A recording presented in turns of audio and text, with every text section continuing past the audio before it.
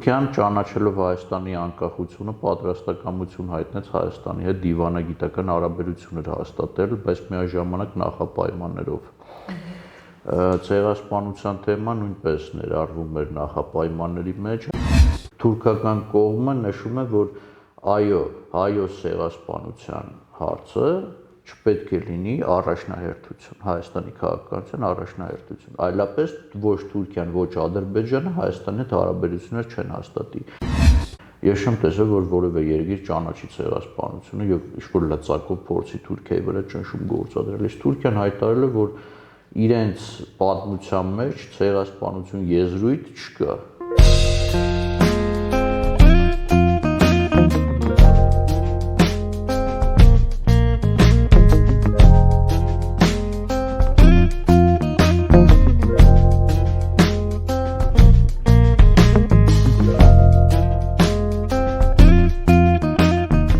Բարև ձեզ, իրավունք TV-ի տաղավարում այսօր հյուրընկալել ենք թուրքագետ Մուշեղ Խուդավերդյանին։ Բարև ձեզ, պարոն Խուդավերդյան, շնորհակալ ենք մեր տաղավար հյուրընկալվելու համար։ Ես էլ եմ շնորհակալ։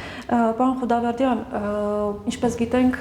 հայկական օրացույցում մոտենում է մի հատկանշական օր, այսպես ասած, ապրիլ 24-ը։ Մեր պատմության մեջ թերևս կարևոր օրերից մեկը, եւ հարցս ինչու՞մ է, բոլորովին վերջերս Նիկոլ Փաշինյանն ասաց, որ ըստ էության առաջնահերթություն չի ցեղասպանության թեման։ Սակայն ինչպես գիտենք, այս տարի բավական կլորամյակ է, 110-ամյակն է նշվում հայոց ցեղասպանության։ Նախատեսված չեն պետական մակարդակով որևէ միջոցառումներ եւ այդ մասին գրեթե հայտարարություններ անգամ չեն հնչեցվել։ Ինչ է սա նշանակում։ Մենք արդյոք 110-ամյակը այսպես շրջանցման փուլով ենք առավել քան նախատեսել։ Շատ բարի, նախ շնորհակալ եմ հրավերի համար։ Երկրորդը սկսենք, որպեսզի հասկանանք ցեղասպանության թեման որտեղից է սկսվել եւ ուր է գնում, պետք է մի փոքր անցյալին անդրադարձ կատարենք։ 1991 թվականին, երբ ԽՍՀՄ փլուզվեց եւ անկախություն ձեռք բերեցին երկրների հետ խորհրդային, այդ թվում նաեւ Հայաստանը, Թուրքիան ճանաչելով Հայաստանի անկախությունը պատրաստակամություն հայտնեց Հայաստանի հետ դիվանագիտական հարաբերություններ հաստատել, բայց միաժամանակ նախապայմաններով։ Ցեղասպանության թեման նույնպես ներառվում էր նախապայմանների մեջ, այսինքն ոնց էր պատկերացնում թուրքական կողմը։ Պետք է ստեղծվի հանձնաժողով, որոնք կքննեն 1915 թվականի դեպքերը, հանձնաժողովը պետք է բաղկացած լինի ինչպես փորձագետներ Հայաստանից եւ Թուրքիայից, այնպես էլ անկախ երկրներից, եւ հանձնաժողովի եզրակացությունը տալուց հետո արդեն նոր պետք է սկսվեր իրերի գնահատում, իրականում ինչ է եղել, ոնց է եղել։ Մինչև 44 օրյա պատերազմը այլ քաղաքականություն էր։ Հայաստանը պարտված չէր պատերազմում եւ ցեղասպանության միջազգային ճանաչման վրա էր հիմնվում Հայաստանի ղեկավարությունը, հիմա մի փոքր այլ է։ Հիմա արդեն Թուրքիայի եւ Ադրբեջանի հետ պատրաստակամություն են հայտնվում հարաբերություններ հաստատել, դե այդ տեսանկյունից պետք է նախապայմաններն էլ կատարվեն, այսինքն Թուրքիան երբեք չի կանգնի այն նախապայմաններից, որ ցեղասպանության հարցում պետք է ստեղծել հանձնաժողով, այսինքն Թուրքիան երբեք չի ճնշվի այն հանգամանքից, որ ցեղասպանության միջազգային ճանաչում է տեղի ունենում,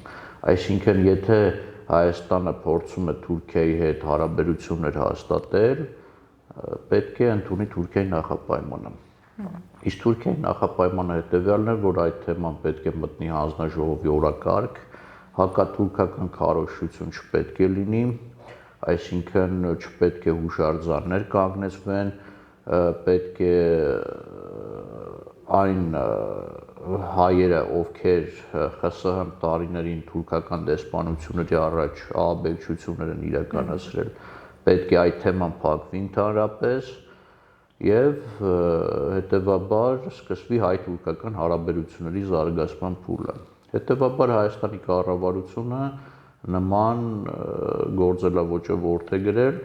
հետեւաբար դա նշան է, որ Թուրքիայի հետ հարաբերությունները փորձում են կարգավորվել։ Մենք 10 տարի առաջ նշում էինք ցեղասպանության 100-ամյակը եւ այժմ արդեն լրանում է 110-ամյակը։ Արդյոք կան տարբերություններ այն ամենի մեջ, թե մենք ինչպես ենք վերաբերվում այս հարցին եւ տարիների ընթացքում որն է եղել մեր կողմից թե բացթողումը, թե առհասարակ հայի վերաբերմունքը իր պատմության նկատմամբ 10 տարիների ընթացքում։ Խնդիրը հետևյալն է, որ ցեղասպանությունը բազմաթիվ երկրներ ճանաչել են, հա, բազմաթիվ երկրներ են ճանաչել, սակայն դա չի ազդում Թուրքիայի քաղաքականության վրա։ Այսինքն Թուրքիան երբեք դրանից չի ճնշվում եւ բացի այդ այստեղ մի քաղաքականություն էլ կա, որ շատ երկրներ հայոց ցեղասպանության հարցը փորձում են դարձնել գործիք Թուրքիայից զիջումներ ակնկալելու համար, հա, նույն օրինակ Չինաստանը, որը խնդիր ունի այսօր Թուրքիայի հետ, մի քանի անգամ նշել է, որ իրենք կճանաչեն հայոց ցեղասպանությունը, քանի դեռ Թուրքիան աջակցում է ուйգուրներին, չինական ուйգուրներին, այսինքն հետեւաբար այս հարցում էլ խնդիր կա, սակայն իհարկե այս ամեն ինչը չի կարող երկար շարունակվել, քանի որ Թուրքիան Հայաստանի հարևանն է, պետք է հայ-թուրքական հարաբերությունները մի օր կարգավորվեն եւ այդ հարցն էլ պետք է լուծում ստանա։ Այսինքն չի կարող երկար ժամանակ մի հարց լինել չկարգավորված, այսինքն մենք չենք կարող տեսնել հայ-թուրքական կարգավորված հարաբերություններ,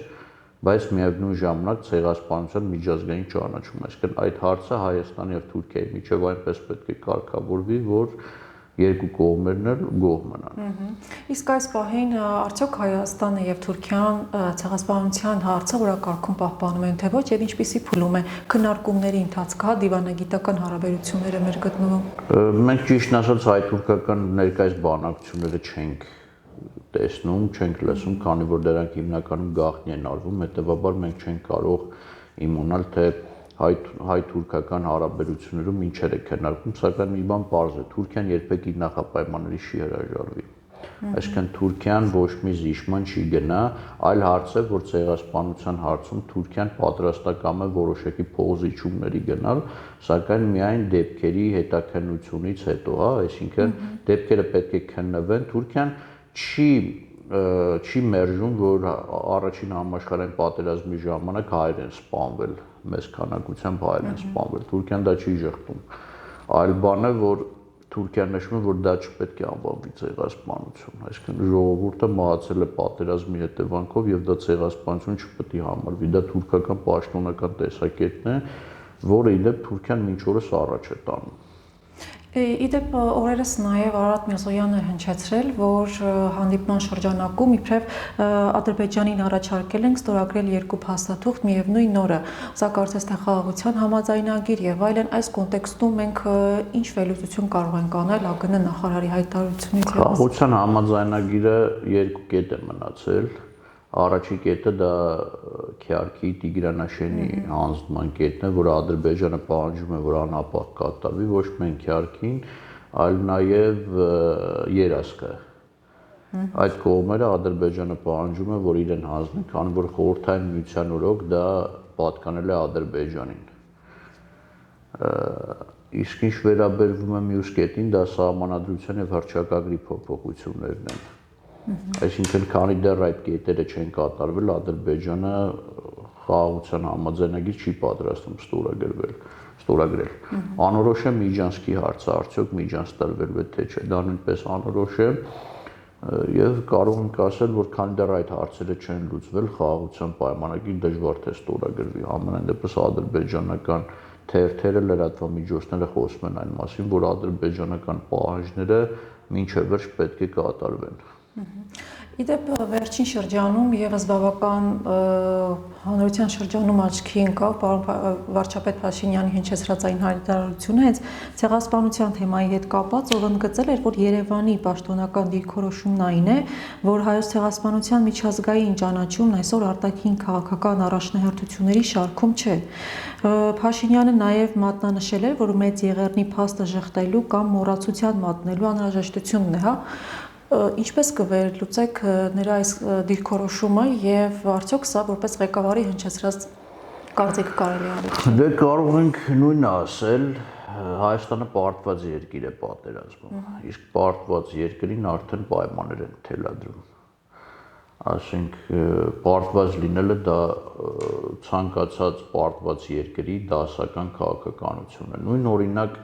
Թուրքիային օրինակ բերենք, հա Թուրքիան պարտվել էր առաջի համաշխարհային պատերազմում։ Ինչ եկավ Մուստաֆա Քեմալը